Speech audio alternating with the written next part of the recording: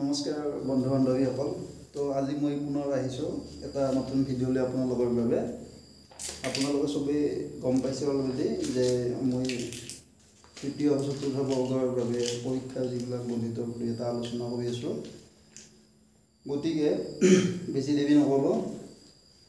যোৱা ভিডিঅ'টোত লাষ্ট ভিডিঅ'টোত আপোনালোকক যথেষ্ট সহায় পাইছোঁ, ভাল লাগিছে, ধন্যবাদ। গতিকে মই আজি এটা প্ৰশ্ন লৈ আহিছোঁ। প্ৰথম অংকটো চাব আপোনালোকে। এইটো আজিৰ বাবে 1 নম্বৰ প্ৰশ্ন। কালি আমি 10টা আলোচনা কৰিছিলোঁ। তো আজি কি দিয়া আছে যে যদি cos থিটা ইজুগেল a/b তেন্তে sec থিটাৰ মান কিমান? sec থিটাৰ মান ইয়াতে sec থিটাৰ মানটো আমাক উলিয়াব দিছে। তো কি দিয়া আছে? এইটো প্ৰথমটো দিয়া আছে অপশ্যনটো √a² - b² / b দিয়া আছে। b নম্বৰটো দিয়া আছে b/a। c নম্বৰটো দিয়া আছে √a² + b² আৰু d টো দিয়া আছে ba + b। চাৰিটা অপশ্যন দিয়া আছে। তো এনে আপোনালোকে ত্ৰিকোণমিতি 10ত আছে, ক্লাছ 10ত।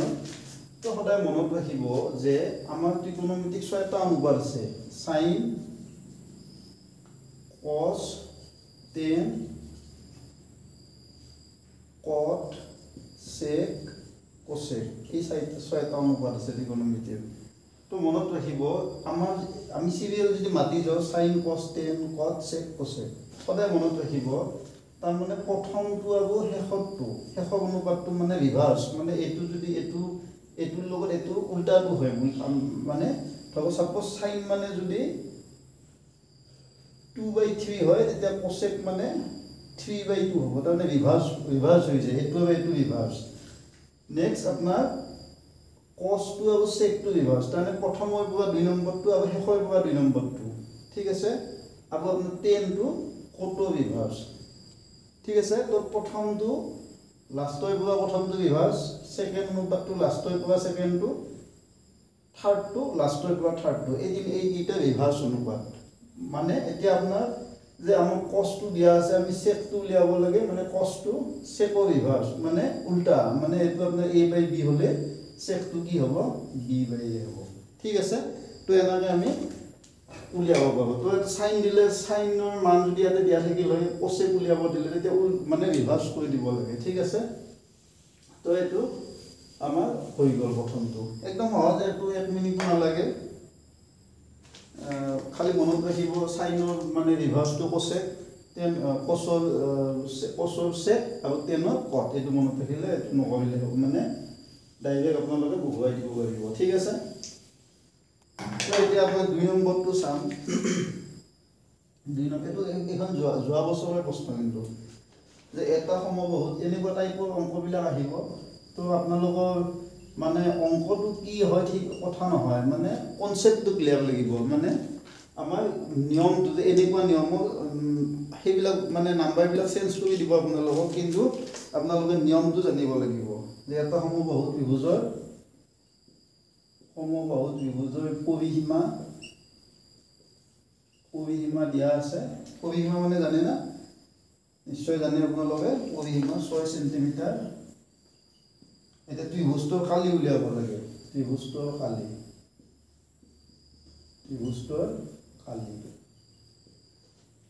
কালিটো আমাক দিছে। প্ৰথমটো দিয়া আছে, অপশ্যনটো দিয়া আছে 6 চেণ্টিমিটাৰ স্কুৱেৰ। বিটো দিয়া আছে √6 চেণ্টিমিটাৰ স্কুৱেৰ। চিটো দিয়া আছে 3 চেণ্টিমিটাৰ স্কুৱেৰ আৰু ডিটো দিয়া আছে আপোনাৰ √3 চেণ্টিমিটাৰ স্কুৱেৰ। তো মনত ৰাখিব আমাৰ সমবাহু ত্ৰিভুজ কাক বোলে? যে যিবিলাক ত্ৰিভুজৰ তিনিওডাল বাহু সমান। সমবাহু সমান, বাহু তিনিওডাল বাহু সমান। তাৰমানে এডালো x, এডালো x, এডালো x। ঠিক আছে। তো এতিয়া ত্ৰিভুজটোৰ পৰিসীমা কিমান দিছে? 6 চেণ্টিমিটাৰ। তাৰমানে ত্ৰিভুজৰ পৰিসীমা তিনিওডাল বাহুৰ যোগফল। গতিকে ইয়াতে আমি x 3টা যোগ কৰিলে 6 পাম। ঠিক আছে। তো এইটো আপোনালোকে 3টা যোগ কৰিলে 3x, this is equal 6। এটা 3 টো যদি আপোনালোকে হিফালে লৈ যায় তো 6/3 হ'ব তাৰ মানে xc যুগল আপোনালোকে কি পাব 2 পাব 3 2 গুণ 6 এতিয়া আমাক ত্ৰিভুজটোৰ কালি সুধিছে তো সমবাহু ত্ৰিভুজৰ কালি কি মনত ৰাখিব সমবাহু ত্ৰিভুজৰ কালি হৈছে √3/4 বাহু গুণ বাহু ঠিক আছে তো √3/4 বাহুটো আপোনালোকে 2 পালে তো 2 গুণ 2 তো এটো 2 2 গুণ √3/4 2 দুটা গুণ কৰিলে কিমান 4 4 4 কেনসেল যাব তাৰ মানে এটো এনসারটো হ'ব √3 তো এটো এনসার হ'ব চাই লব আপোনালোকে বুজি পাইছে নে তো এটো তিনটাৰ বাহু যোগফল মানে পৰিসীমা আৰু পৰিসীমাটো 6 দিছে নে তাহলে 6 তিনটা x যোগ কৰিলে মানে 6 হ'ব তো x যুগল 2 পাম এটো সমবাহু ত্ৰিভুজৰ কালি কালি মানে মাজত থকা ঠাইখিনি কালি বুলি কয় ঠিক আছে তো দুটা হল আমাৰ বেছি টাইম নালাগে তো মই আপোনালোকক অলপ এক্সপ্লেইন কৰি দিয়াৰ কাৰণে অলপ টাইম গৈছে কিন্তু আপোনালোকে যেতিয়া প্ৰেক্টিস কৰিব তেতিয়া পটাপট হৈ যাব ঠিক আছে তো এতিয়া চাব 3 নম্বৰটো আলোচনা কৰিম আজি এটো দিয়া আছে √0.04 প্লাস 1.44 plus 1.69 plus 0.000 চাবিটা তিনিটা আছে 09 এটো ঠিক আছে এটোৰ মানটো আমাক উলিয়াব দিছে এটো কি দিয়া আছে 1.73 b2 দিয়া আছে 2.03 c2 দিয়া আছে 2.73 আৰু d2 দিয়া আছে 1.03 এটা কোনটো মান হ'ব তো চাব এইটা আমি যিকেটা আলোচনা এই দুটো ভাবে ভিতৰত যিকেটা সংখ্যা আছে গোটেইকেইটাই বৰ্গ সংখ্যা মানে গোটেইকেইটাকে আমি a পুৰত a আদি লিখিব পাৰো তো আপোনালোকে চাব যে ইয়াতে 0.04 আছে ইয়াতে কি আছে শূন্যটো বাদ দিয়কচোন পইণ্ট মানে 4 আছে 4 ৰ বৰ্গমূল কি আমি কি দুটা পূৰণ কৰিলে 4 হয় কি দুটা পূৰণ কৰিলে 2 দুটা পূৰণ কৰিলে গতিকে আমি ইয়াতে 2 লিখিম ঠিক আছে তো ইয়াতে আপোনালোকে চাব ইয়াতে দশমিক কেইটাৰ আগত আছে দুটাৰ আগত তো দুটাৰ আগত থাকিলে আপোনালোকে দশমিক ইয়াতে এটাৰ আগত দি দিব প্লাস এটো আপোনাৰ 1.44 মানে তো দশমিক নহ বুলি ভাবিলে 146 হয় 146 ৰ বৰ্গমূল কি 12 ইয়াতে দশমিক কেইটাৰ আগত আছে দুটাৰ আগত তো আপোনালোকে এটাৰ আগত দি দিব এটো এটা বৰ্গ সংখ্যাটো এটো দশমিক নহ বুলি ভাবিলে এটো 169 তো তাৰ বৰ্গমূল কিমান 13 ইয়াতে দুটাৰ আগত দশমিক আছে ইয়াতে এটাৰ আগত হ'ব তাৰ পিছত এটো আপোনাৰ 9 আছে 9 ৰ বৰ্গমূল কিমান 3 তো ইয়াতে দশমিক কেইটাৰ আগত আছে চাই লওক এটা দুটা তিনটা চাৰিটা গতিকে বৰ্গমূল ললে আপোনালোকৰ দশমিক কেইটাৰ আগত হ'ব দুটাৰ আগত তাৰ মানে কথাটো হৈছে যে যদি বৰ্গ সংখ্যাটো যদি দুটাৰ আগত দশমিক থাকে বৰ্গমূলত এটাৰ আগত থাকে চাৰিটাৰ আগত থাকিলে বৰ্গত যদি চাৰিটাৰ আগত থাকে বৰ্গমূলত দুটাৰ আগত ডেসিমেল দশমিকটো আহিব তো এনাকে আমাৰ ছয়টাত যদি থাকে তিনটা মানে আধা আধা হৈ যায় ঠিক আছে তো আপোনালোকে এইকেইটা বস্তু এনাকে পাই যাব তো এটা এইকেইটা যোগ কৰি দিয়ক যোগ কৰি দিলে আপোনালোকে যোগটো চাব কেনেকে যে দশমিক দিব দশমিক 2 দশমিকৰ তলত দশমিক এইটো দশমিক ইয়াতে দশমিক বহিব একটো ইপিনে আছে দুইটো সিফালে আছে এই দশমিক একটো ইফালে আছে তিনিটো সিফালে আছে দশমিক ইফালে 9 সংখ্যা সিফালে 0 3 তো এইকেইটা যোগ কৰক 3 2 2 4 4 3 7 একে একে 2 2.73 তো শুদ্ধ অপচনটো হ'ব 2.73 ঠিক আছে গতিকে আপোনালোকে এইটো চাই ল'ব তো আপোনালোকে এটা বস্তু মনত ৰাখিব যে বৰ্গ সংখ্যা মানে কি a * a কেনেকৈ গম পাব আপোনালোকে সাপোজ এইটো মই এটা সংখ্যা কৈছো যে 169 তো 169 টো আপোনালোকে 13 এদি আপোনালোকে ডিভাইড কৰিলে 13 1 13 16 3 হ'ল 39 হ'ব 13 3 39 তো 169 মানে 13 * 13 এনে 169 ৰ বৰ্গমূল 13 হয় কিন্তু আপোনালোকে যদি 1.69 দিয়া থাকে তেতিয়া বৰ্গমূলটো 13 এ হ'ব ইয়াতে দুটা ভাগ থাকিলে ইয়াতে এটা ভাগ মানে ইফালৈ পৰা চাম মানে এইটো সোফালৈ পৰা আমি চাম যে ইফালৈ এটা ভাগ সেইপিনৰ পৰা আহিব মানে ঠিক আছে তো এতিয়া চাব 55টো কি মানে আপোনাৰ 4 নম্বৰ অংকটো কি দিছে চাওক কোনো সংখ্যাৰ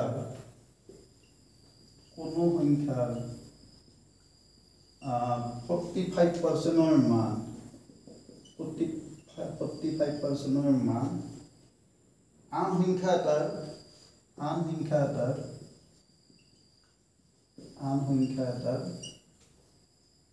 30%ৰ সমান 30%ৰ সমান ধুনীয়া অংক তো প্ৰথম আৰু দ্বিতীয় সংখ্যাৰ অনুপাত হৈছে প্ৰথম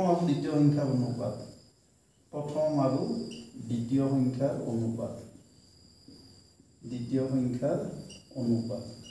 তাৰমানে দুটা সংখ্যা আছে অনুপাত হৈছে আপোনালোক অনুপাতটো উলিয়াব দিছে অনুপাতটো হ'ব এটা দিছে অপচন দিছে 2:3 এটা দিছে 3:2 এটা দিছে 3:5 আৰু এটা দিছে 2:5 তো আপোনালোকৰ মতে কোনটো হ'ব চাব ইয়াতে ধুনীয়া মানে সেই আছে কোনো সংখ্যাৰ 45% একদম আমি একদম ঘৰুৱাভাৱে কৰি দিম কোনো সংখ্যাৰ 45% একদম ইয়াতে জানাকে সেনাৰে কৰি দিম কোনো সংখ্যাৰ 45%ৰ মান আন এটা সংখ্যাৰ 30% সমান তাৰ মানে আপোনালোকৰ সংখ্যা প্ৰথম সংখ্যাটো x বুলি হ'ব দ্বিতীয় সংখ্যাটো y বুলি হ'ব ঠিক আছে তো আপোনালোক কি কৈছে যে কোনো মানে x ৰ কোনো সংখ্যা এইটো প্ৰথমটো x দ্বিতীয়টো y বুলি হ'ব তো ইয়াৰ 45% মানে এইটো 45% তাৰ মানে x ৰ 45% এটো কাৰ সমান y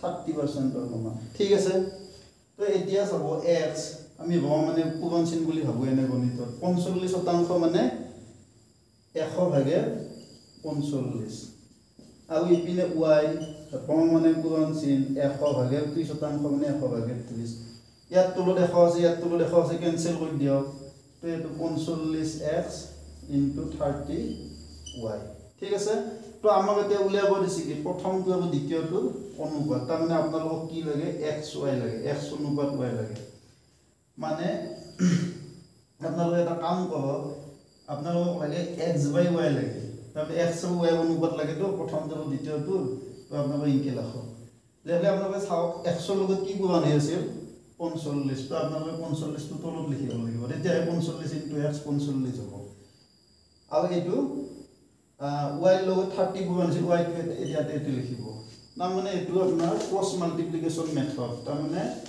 যদি আপোনালোকে এই 45 টো ইপিনে পূৰণ হৈ আছে হিফালে নিলি ডিভাইড হ'ব হৰণ হ'ব আৰু y টো যদি ইফালে পূৰণ হৈছে আমি ইফালে নিলি হৰণ হ'ব তো আমি আসলে y টো ইফালে আনছো y টো ইফালে নতে হৰণ হৈছে আৰু 45 টো ইফালে আনছো নিয়াতে কি হৈছে 45 টো হৰণ হৈছে তো এটো আপোনাৰ ঠিক হৈ গ'ল x/y মানে x অনুপাত আৰু এটো কাট যাব কিন্তু কাট যাব কেনেকে 5 এটো 6 5 কি হেদি যাব এটো 5 6 29 5 9 45 এটো আপোনাৰ 5 এ দি একবাৰ যাব 5 6 29 5 9 45 তাৰ পিছত এটো 3 2 গুণ 6 3 3 গুণ 9 মানে 2/3 2/3 মানে 2:3 মানে 2/3 মতলব 2:3 ঠিক আছে তো এটো আমাৰ এটো হ'ব উত্তৰ হৈ গ'ল বুজি পাইছে নিশ্চয়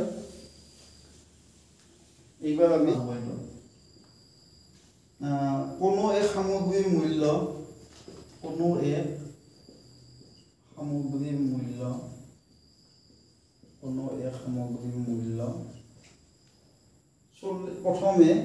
প্ৰথমে 40% হ্ৰাস কৰা হ'ব কোনো এক সামগ্ৰীৰ মূল্য প্ৰথমে 40% হ্ৰাস কৰা হ'ব ঠিক আছে তাৰ পিছত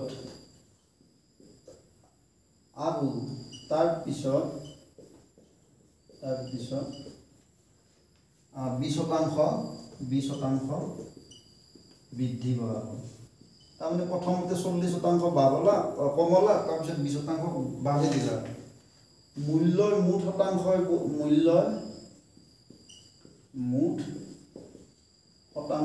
পৰিৱৰ্তন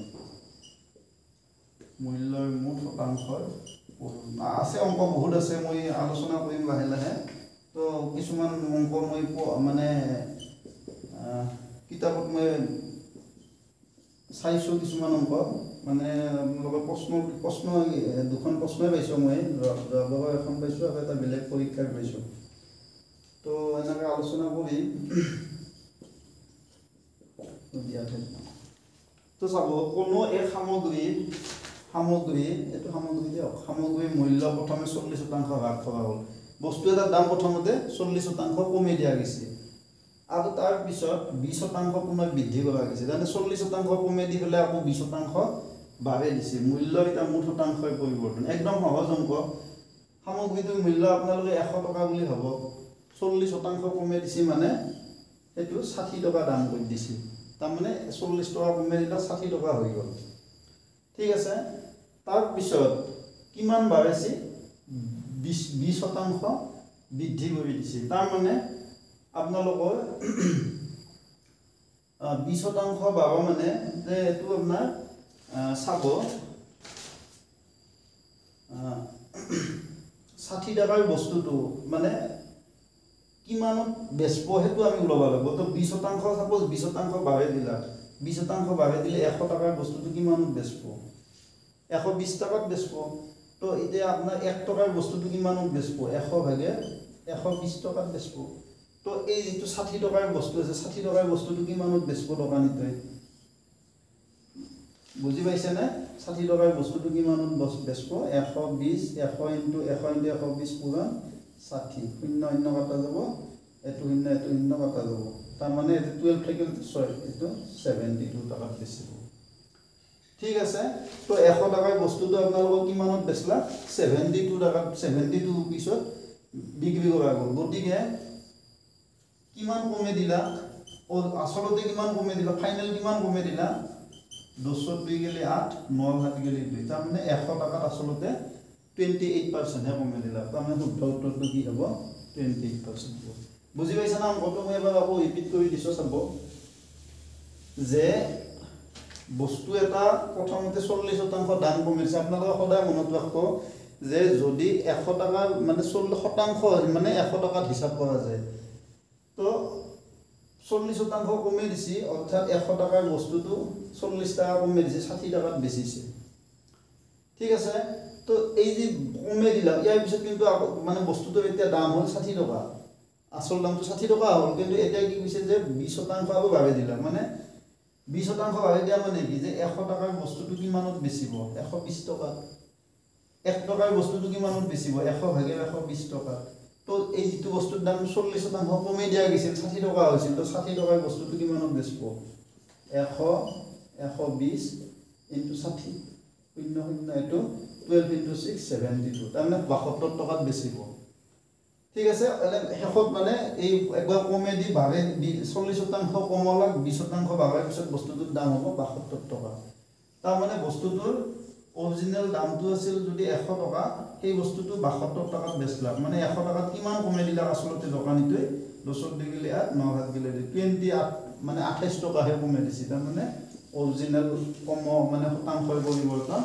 28% ঠিক আছে তো আজিলৈ সামৰিছো ইয়াৰ পিছত আমি কিছুমান ত্ৰিকোণমিতিৰে হওক বা আমি মানে বীজগণিতৰে হওক আমি কিছুমান নিয়ম আলোচনা কৰিম আমি ত্ৰিভুজৰ কথা আছে বহুত আছে আলোচনা কৰিব গতিকে আপোনালোকে এনেকৈ সহায় দি থাকিব সাপোৰ্ট দি থাকিব ভাল লাগিব গতিকে যদি ভিডিঅ'টো ভাল পাইছে